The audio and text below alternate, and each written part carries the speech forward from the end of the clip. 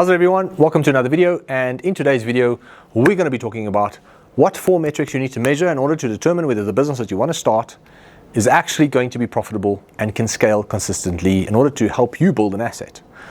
And in the previous video, or in a video in the channel somewhere, I spoke about the boxes that you need to tick in order to create an asset for yourself that can actually create profits for you and the people around you consistently and predictably. Now in this video, we're going to talk a little bit about the unit economics of the products or the service that you're selling, and whether the product or the service that you want to sell can actually help you build a sustainable business. Does that make sense? I hope so. So if you enjoy marketing and business content, then this is the channel for you. I want to say that from the bottom of my heart. I really believe that because I love talking about these things, and I hope you like and enjoy listening to it. So if that's the case, I want to selfishly ask you, would you be so kind to like and subscribe, or maybe even, may I be as bold as to ask that you click the notification bell to be notified about future videos similar to this. Cool. So now that we got that out of the way, let's talk about unit economics, because you're going there saying, Jandre, what is unit economics, and what are these 4 metrics that we need to do research on before we start a business? Right, very simple. Unit economics, guys, is, in the most simple way, the profit that will be left after acquiring customers.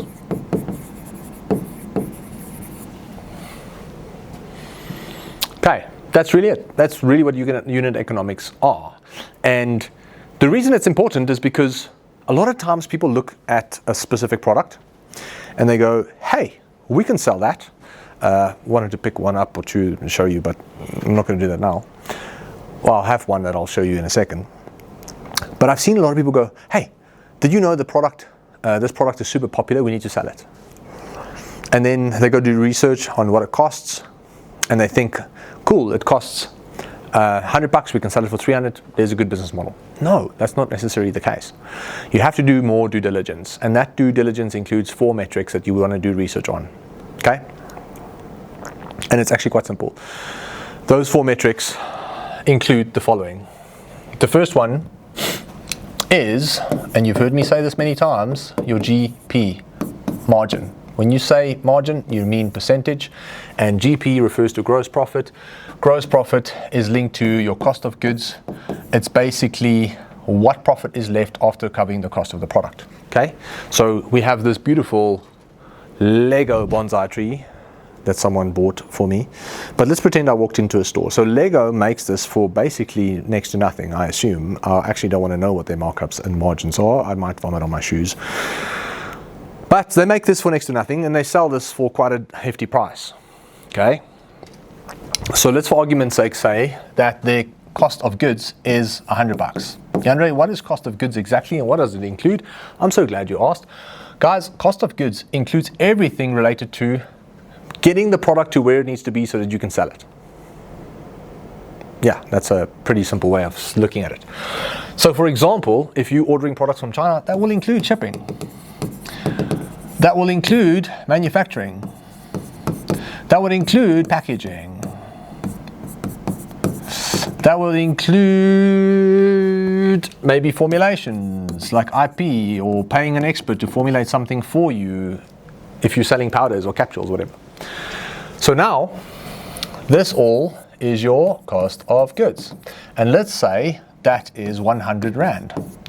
Now you have a beautiful Lego bonsai that you sell for, let's say, $500. Let's do this over here. So we sell the product for $500, and our cost price is 100. So what we do in order to calculate our gross profit margin, we go the retail price minus the cost divided by the retail price, and that looks like a 70% odd GP, if you ask me. So let's quickly work this out. On my mobile, 500 minus 100 equals 400 divided by 500 equals 80%, actually, sorry. So we've got 0.8 times 100 equals 80% GP. That is huge, massive, awesome, great. That's beautiful. Now guys, just for context, and I have shared this on the channel many times, GP cannot be more than 100%. So if someone will be like, hey, I've got like 100% GP. No, you're probably referring to markup, because it's impossible to have 100% GP. Why? Because GP only goes to 100, because there's only so much profit you can make. And that profit is a percentage. There's only so much percentage. And what I mean by that is that you can sell a product for R1,000,000 or R5,000,000 or $1,000. Yes, the actual number can differentiate, but the percentage can only go to 100. Because if the cost of the product is something, if you have a GP of 100%, it means that you're buying the product at zero cost. So you're getting the product for free. So here's air, taking it, and I'm giving it to someone, and they're giving me $100 in exchange. How much profit did I make, percentage-wise? 100%. But if the air, I had to package it into a bottle, and the air was free, but the bottle cost me R5, okay? And I give this to someone and they give me $100, then I have R95 profit, which means I've got a R95 GP. Does that make sense? So you cannot have a GP of 100% or more. You can maybe have 100% if you're literally selling shit that you're just getting for free. That's possible. Unlikely, but possible. But you can't have more than 100%. So markup, on the other hand, can be anything. Okay? Because markup is what you stack on top of the price. So you're looking at the price up. What is the percentage money that we added? And gross profit is what's left. So you're looking from the retail price down. And that can only be 100% or less. Okay. Hope that makes sense. So this is the first metric in unit economics. You need to have your GP figured out. And Jandre, what is a good GP? Again, I'm so glad that you asked. You are so attentive. I don't have to add a 2 here. I don't know, I'm already jumping the gun with the second metric. So a healthy GP would be around 50%. I've said that in a few videos as well, and I really mean that. And this is specifically for people who fund businesses with their own money and needs to make profit as quickly as possible. Okay, I've seen over 500 businesses. A lot of them are bootstrapped with literally 10, 20, 30, 50, 100,000 Rand. That's not a lot of money to start a business with. I mean, I know you can start a nice business with 30 or 40 or 50K, but you need to get that money back as quickly as possible. And in order to do that, you need the highest profit margin possible. If you are going to have a 50% GP or less, then it will take a little bit longer to break even, because you're going to have to sell more product in order to make the same Rand value profit back to cover your expenses. Does that make sense? So again, there's many different industries, and all of them have different GPs, okay? So this is what irritates me from so many gurus. Like, everybody thinks marketing and business is black and white. It's not. It's so nuanced. Guys, it's so nuanced. And if you wanted to know what a good GP is for your industry, then let's unpack. What industries are there? Electronics. I think it stems from 8% to 15% GP, maybe 20%, depending on the supplier, the brand, your relationship with the supplier, etc. Health and beauty, 45 to 50% plus. Fragrances, 50% to 60%, around there. Sports nutrition, 45 to 60%. Electronics like AirPods, maybe 50%. Essential oils, maybe 40 to 50%. Or more. Yeah, you can get more. Anyway, I don't know what industry you're in, so I can't help you, but we have a good idea of what these different industries are, based on all the numbers that we've seen. So a GP, I would recommend 50%. Does this mean your business will fail if it's less? No. Does this mean you'll be a billionaire if it's more? No. It basically just means that where all the industries overlap, 50% is a really good benchmark. Okay. So what does that mean?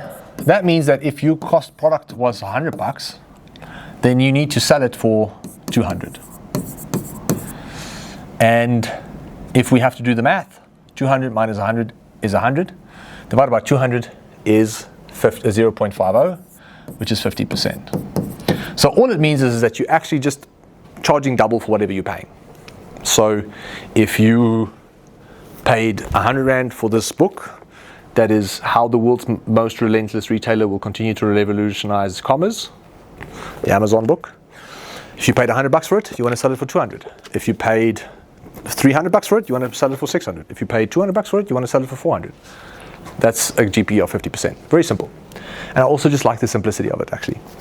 Jandre, why does it need to be as high as possible? Guys, because if the product cost us $100, this Lego one, and we sell it for 500,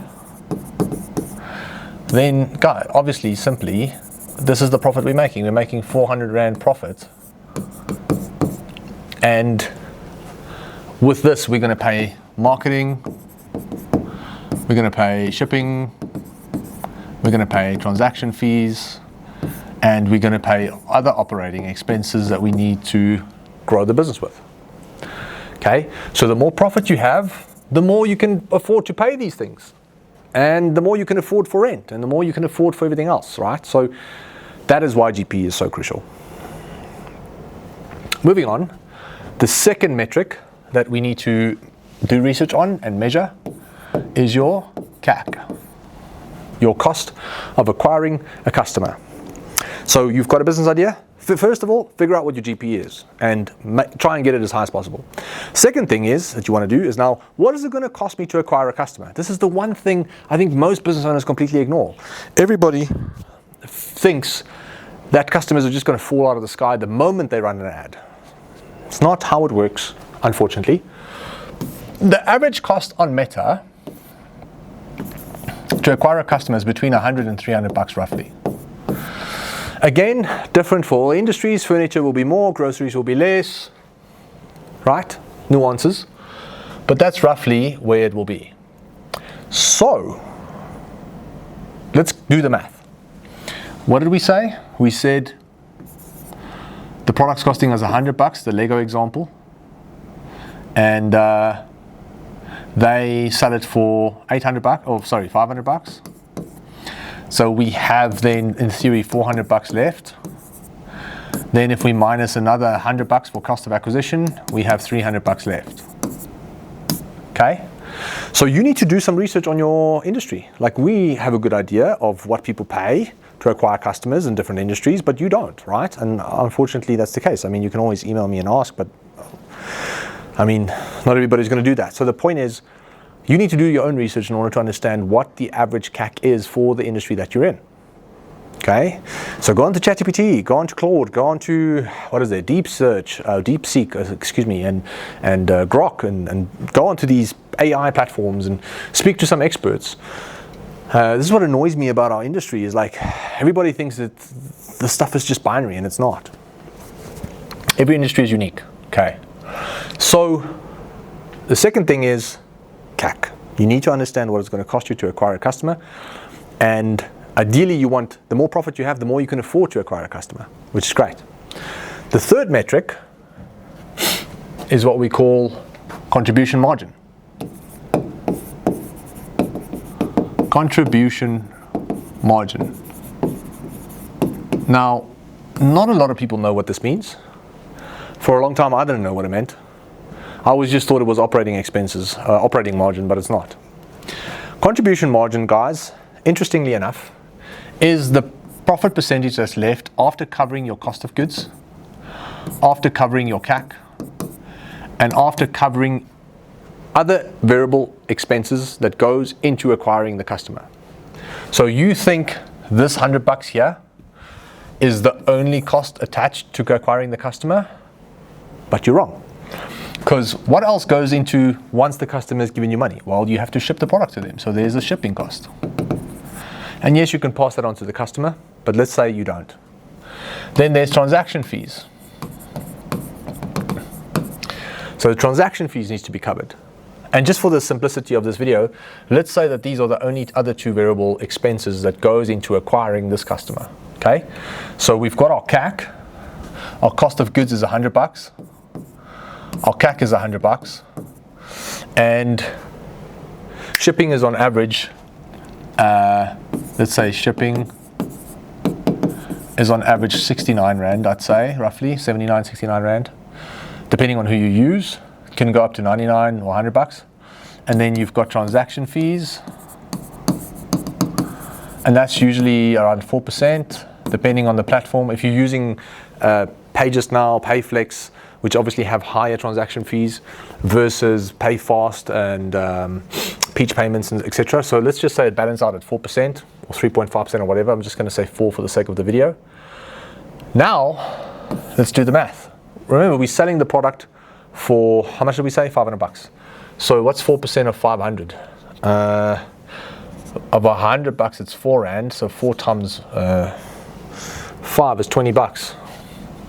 So this will be, so transaction fees will be $20. Okay, so we've got $20 transaction fee. We've got shipping fee of 69. That becomes 89. Then we've got the cost of goods, that's 100. That's 189. Then we've got the CAC, that's 100. That's 289. So that's essentially what we're going to spend to acquire a customer, all in. Okay? And this metric here will be your contribution margin. So how do we calculate contribution margin? Actually very simple, very similar to how we calculated the gross profit margin. We go retail, which is, what did we say, 500, minus 289 divided by 500. And that will be our contribution margin. Let me get my mobile. I think that'll be like 35-40%. Let's see, 500 minus 289, 211 divided by 500, 42% to be exact. So this is 0.42 equals 42% if you times it by 100. And this is now your contribution margin. Now the question is, Jandre, what is a healthy contribution margin? Well, I'm so, again, happy that you asked. And again, it's different for all industries. I think in essence, if I think health and beauty, 25 to 30%, electronics, 8 to 12%, like furniture, 20 to 25%. I think like it obviously varies from all different industries. So it depends again. And obviously I don't know, I'm not sounding as confident as I did with the GPs because there's variable expenses that I'm not always aware of, right? That's the point of variable expenses. For different industries might have, like furniture, you'll have an additional expense for someone who takes the time to assemble that piece of furniture. If it's something that's bespoke. So it's like I'm trying to guesstimate, but I'd rather not. I'd say if you can get to 30%, then you're doing well, and then you're doing really well. 20 to 30% on average. That's what I would be if I was you. If you can, no, I'm lying actually. Yeah. I'd say 25 to 30%. That's just my honest opinion. This is an unedited scene. So from my point, I'd say this is really good then, right? Because ideally we want 25 to 35. Yeah, I'd say that's a good benchmark. So that's your contribution margin. Now we have the last metric. We've done 3. Now for the last one. What is the last metric? Oh, sorry, I had to do this. Cool, so the 4th metric we're going to look at is LTV. And that stands for lifetime value of a client or customer. All right, so lifetime value is really what LTV stands for. And that is just the amount of money you're going to get over a period of time. Example, 6 months. Okay, so the amount of money that you get here from this customer, let's say he comes back twice or 3 times, he comes back twice after the initial purchase in 6 months, then, and we got $500 at every time, then it becomes 500 plus 500 plus 500 equals 1,500. That's very ugly, but you get what I'm trying to illustrate. So an LTV will be $1,500. Okay. Now, how you calculate this is very important because not every single customer is going to come back 3 times in 6 months. Okay, it's just not how it works. So average store has a I'd say 20% repeat customer rate. That means 1 out of 5 customers will come back. And I'd say this is over a 6-month period. So now the question is, what would an additional 20% be? If my math is correct, it will be an extra $100 over 6 months. So your LTV will eventually be, you can use ChatGPT to calculate this yourself if you want to do for your own business. But the point is, you want to calculate LTV, and that will be roughly 600 Rand LTV if my math is correct. It might be wrong, I don't care. You get what I'm trying to say. That's all that's important. So the LTV is important because now, in essence, the cost of the product, the LTV of a customer is obviously important because we have a good idea of what the product's going to cost, right? We have a good idea of what the total cost of acquisition will be. We have a good idea of what shipping and transactions will be, our contribution margin will be. Now we have a good idea of how much money we can actually get from a customer over a period of time. So that is all included in our unit economics. So LTV is the 4th one. And essentially, just like a couple of last notes before we wrap this video up, is your CAC, your lifetime value, needs to be roughly 3 times more than your CAC, in my opinion.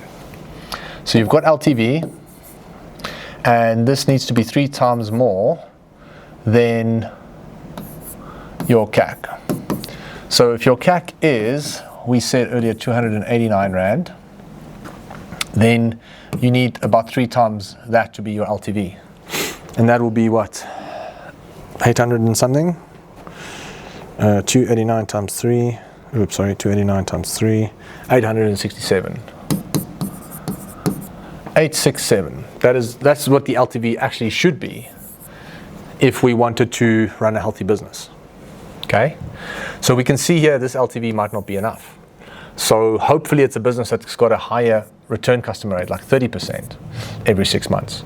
This is the kind of research that you have to do in order to understand your unit economics. Because your CAC, think about it, like you want to acquire a customer once, but you might not make profit on that customer. So you would hope that he'd come back 2 or 3 times in order for you to start making a profit. So you would ideally want your CAC to be 3 times less than the actual LTV of the client, and ideally. So if the CAC is 289, you want it to be, your LTV should be 867. Okay, so bottom line, do your research. If you have a business idea, first thing you do, what is my GP? Is it 50% or more? Great. Second thing, what is going to be my CAC? Can I do research? Is it going to be, get a number and then see what profit is left? Okay, so in hypothetical world, let's say it's 150 on 500, you've got 350 left. Then you still got the cost of goods, you've got 250 left. And you've got your variable expenses that starts to contribute, which starts to contribute to your contributing margin, which is shipping fees, transaction fees. Calculate that. Now you understand what profit will be left.